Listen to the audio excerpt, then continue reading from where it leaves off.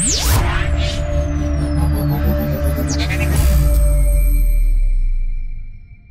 అతిథి మా ప్రొఫెసర్ గాలి వినోద్ కుమార్ గారు, ఇంకా డాక్టర్ జీలకర్ర శ్రీనివాస్ గారు, వేదిక మీద ఉన్న అందరు పెద్దలు, ఇంకా పాస్టర్స్, స్కాలర్స్, టీచర్స్, ఇంకా పాత్రికేయులు కూడా ఉండొచ్చు. అందరికీ పేరు పేరున మా యొక్క నమస్సుమాంజలు తెలియజేస్తా ఉన్నాను. నా పేరు నతానియల్. నేను ఇప్పుడు ఉస్మానియా యూనివర్సిటీలో ఫిజిక్స్ ప్రొఫెసర్ గా పనిచేస్తున్నాను. సో 1950 యాక్ట్ అది ఎందుకు వచ్చింది, రావడానికి గల కారణాలు ఏంటి, దానికి కలిగే అనర్థాలు, బాధలు ఏంటి, దానికి పరిష్కారం ఏంటిది, అది 5 నిమిషాలు, ఇది 5 నిమిషాలు, ఇది 15 minutes లో నేను నా స్పీచ్ ముగిస్తాను. సో 1933లో అంబేద్కర్ గారు రిజర్వేషన్లు సాధించినాడు. సో 2 రకాల రిజర్వేషన్లు వచ్చినాయి. అది అగ్ర కులాలకు నచ్చలేదు. తీసేయాలకి వీళ్ళు మా మీద ఆఫీసర్లు అవుడు, పరిపాలకులు అవుడు, సో ఇది కాదు అని ఎర్రవాడ జైల్లోనే ఉండి మహాత్మా గాంధీ గారు నిరాహార దీక్ష చేసి అది తీసేసేదాకా ఒకటే పట్టింది. ఆ రిజర్వేషన్లు ఇండియన్ గవర్నమెంట్ ఇయ్యలే, బ్రిటిష్ గవర్నమెంట్ ఇచ్చింది. ఆ రిజర్వేషన్లు పోరాటం ద్వారా వచ్చినాయి. క్రైస్తవ మిషనరీలు పోరాటం చేస్తున్నారు. క్రైస్తవ మిషనరీలు ఈ దేశానికి చేసిన సేవ లోపల ఎడ్యుకేషన్ ఇచ్చిండ్రు, వైద్యం ఇచ్చిండ్రు, విరివిగా ఎడ్యుకేషన్ ఇచ్చిండ్రు, వైద్యం ఇచ్చిండ్రు. అప్పుడు చదువుకున్న మన దళిత క్రైస్తవులు ఎవరినన్నా ఒక్కరిని ఇక్కడ పక్కకు నిలబెట్టి ఇంగ్లీష్ లో మాట్లాడితే ఇంకొక ఆయన ఎంబడే తెలుగు మాట్లాడే స్థాయికి ఎదిగిపోయినారు. అక్కడక్కడ మీరు ట్రాన్స్లేషన్ మెసేజెస్ చూసే ఉంటారు. ఆ స్థాయిలో 1933లోనే మన దళితులు ఎదిగిపోయినారు. అప్పుడు మన భారతదేశ లిటరసీ రేట్, అక్షరాస్యత శాతం 3-4 ఉన్నది.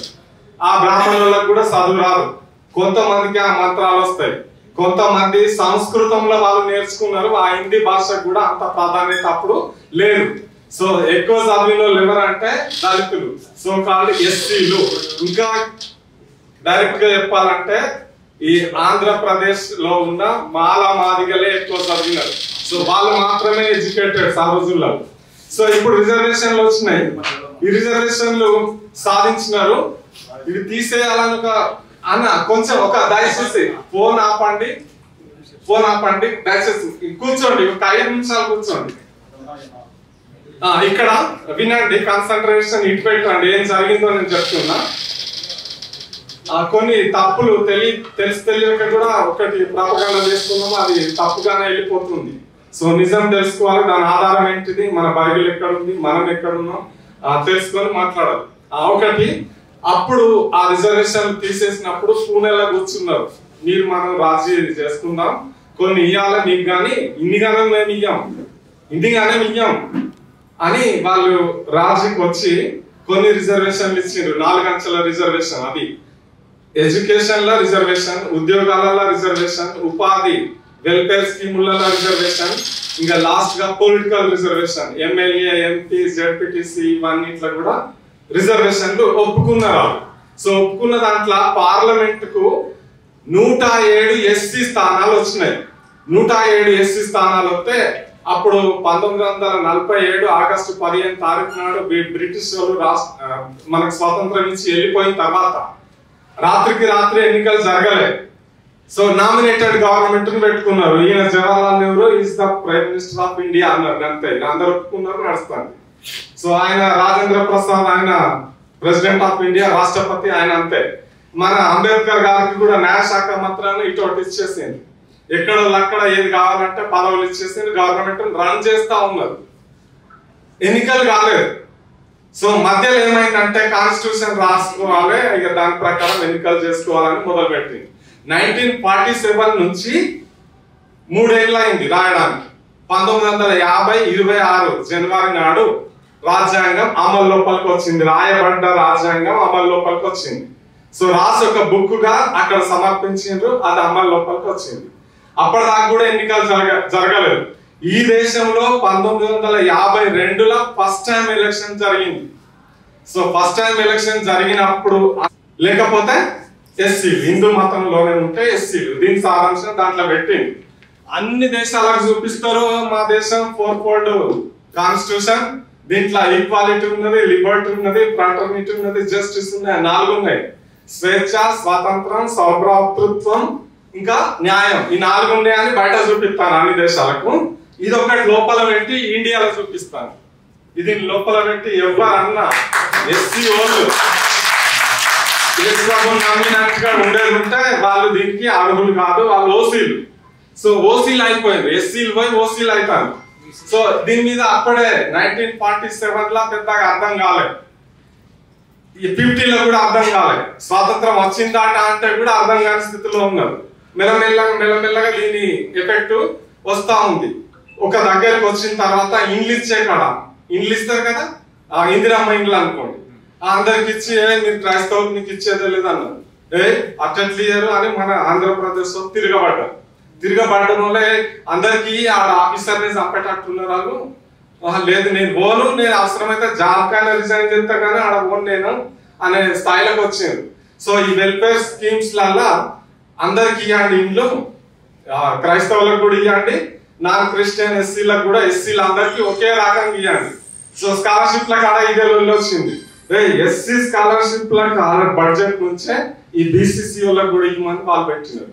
సో బీసీసీ ఎప్పుడు వచ్చిందంటే 1972లో చెన్నారెడ్డి గారు ఆంధ్రప్రదేశ్ కు ముఖ్యమంత్రి ఉన్నప్పుడు మనోళ్ళు తాపకొకటి పేపర్ రాసిస్తా ఉన్నారు, మేమేం పొందలేదు, మాకేం లాభం కాలే, మేము క్రిస్టియన్స్ అయినందుకు మా రిజర్వేషన్ తీసేస్తాండ్రు, మాకు ఉద్యోగాలు వస్తలేదు, చదువుకునే స్థాయి లేదు అని రిప్రజెంటేషన్స్ ఇచ్చి ఉపవాసం ఉండి ప్రార్థన చేసి దాంట్లోకి ఇచ్చిన వాళ్ళే వాళ్ళు ఏం చేసినారంటే ఆయన లెటర్ రాసిండు, అసెంబ్లీలో తీర్మానం పెట్టి వీళ్ళకి ఇవ్వాల్సిందే, వాళ్ళకు తేడా ఏం లేదు, వీళ్ళను అందరు ఎస్సీలకు ఒకేలాగా న్యాయం ఉండాలని లెటర్ రాసిండు. సో వాళ్ళు చదువుకొని, ఇందిరాగాంధీ గారు చదువుకొని ఈ ఆర్డినెన్స్ కూడా మేము ఇచ్చిందే, ఎవరు ఇచ్చిండ్రు, కాంగ్రెస్ వాళ్ళు ఇచ్చిండ్రు, అది కరెక్ట్ ఇచ్చినాం, అట్లనే నడుస్తుంది పొమ్మన్నారు. ఈయన పట్టుకొని వచ్చిండు, మీరేం ఇచ్చేది ఇప్పుడు నేను ఇస్తా రిజర్వేషన్ అని ఈయన ఒక ఆర్డినెన్స్ తీసిండు. తెలంగాణ ఆంధ్రప్రదేశ్ లో ఇప్పుడు అది తెలంగాణ ఆంధ్రప్రదేశ్ లో అమల్లో ఉన్నది. 1% అప్పుడు బీసీల వర్గీకరణ చేయాలి, మొత్తం ఒక్కరికే పోతుంది, బీసీలు వర్గీకరణ కావాలి, బీసీ రిజర్వేషన్ ABCD 4 గ్రూపులు కావాలని పోరాటం చేసింది. పోరాటం చేసేటప్పుడు ఒక BCA, BCB, BCC, BCD 4 గ్రూపులు చేసింది 1972లో. సో దాంట్లో BCCల ఈ కన్వర్టెడ్ క్రిస్టియన్స్ ఎవరైతే ఎస్సీగా ఉండి యేసుప్రభుని నమ్ముకుంటారో వాళ్ళకు 1% రిజర్వేషన్ అని చెన్నారెడ్డి గారు ఇచ్చినారు. ఇది ఆయన పుణ్యం, జస్ట్ ఇంటీరియం రిలీఫ్. మనం కొట్లాడాల్సింది ఈ ఆర్డినెన్స్ మొత్తం రద్దు చేయమనేది ఉంటే అది పోతుంది, ఈ BCC కూడా పోతుంది, మనం అందరం ఎస్సీ రిజర్వేషన్ ఉంటాం. కానీ ఈ BCC ఎందుకు పెట్టిండ్రు, దీన్ని తీసేయాలని మాట్లాడతారు మనం. సో అక్కడ అర్థం చేసుకోవడంలో మనోళ్ళకి పొరపాటు జరుగుతుంది. సో ఇది మనోళ్ళు పోరాడి ప్రార్థన చేసి కొట్లాడి తీసుకొచ్చింది. సో ఇది కూడా ఉండాల్సిందే. కాబట్టి దీంట్లో ఉద్యోగాలు వచ్చినాయి. ఇప్పుడు BCC పెట్టుకున్నారంటే డెఫినెట్ ఉద్యోగం వస్తుంది, నేను చెప్తున్నా. ప్రతి దాంట్లో ఇప్పుడు పెట్టుకునేది ఎవరంటే పెద్ద సంఘ పెద్దలు లేకపోతే పాస్టర్లు పెట్టుకుంటారు, మిగతా వాళ్ళు ఇష్టపడతలేదు. సో అక్కడ 1% కూడా నిండుతలేదు.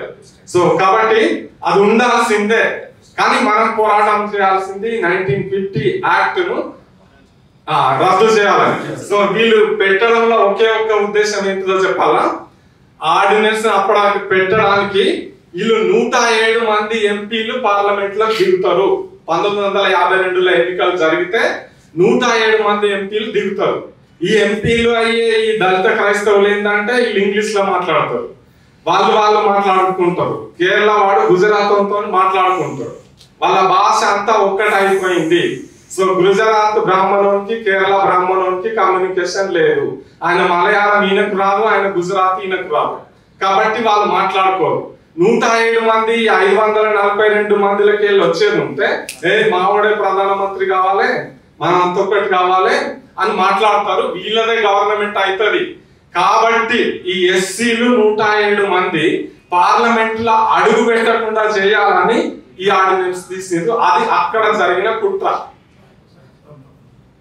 దాని మూలంగా ఈ రిజర్వేషన్ అన్ని పోతా ఉన్నాయి.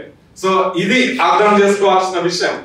107 మంది పార్లమెంట్ కి అప్పుడు వచ్చేది ఉంటే గవర్నమెంట్ వాళ్ళదే, మనదే అయ్యేది, మనమే పరిపాలకులం అయ్యేటోళ్ళం. సో కాబట్టి అది కాకుండా చేసినారు ఈ ఆర్డినెన్స్ తీసుకొచ్చి. సో కాబట్టి ఈ ఆర్డినెన్స్ లో దీన్ని మొత్తం కొట్టేయాలి, లేకపోతే శాసనం చేయాలి. ఇది ఆర్డినెన్స్ గానే ఇవాళ దాకా ఉన్నది, ప్రెసిడెన్షియల్ ఆర్డినెన్స్. అది 6 నెలలే దానికి ప్రాణం ఉంటది, 6 నెలలే వ్యాలిడ్ ఉండాలి. ఆర్డర్ అదే ఆ ప్రెసిడెన్షియల్ ఆర్డర్, కానీ పార్లమెంట్ లో చర్చ జరిగి తీసుకొచ్చిన ఆర్డర్ కాదు.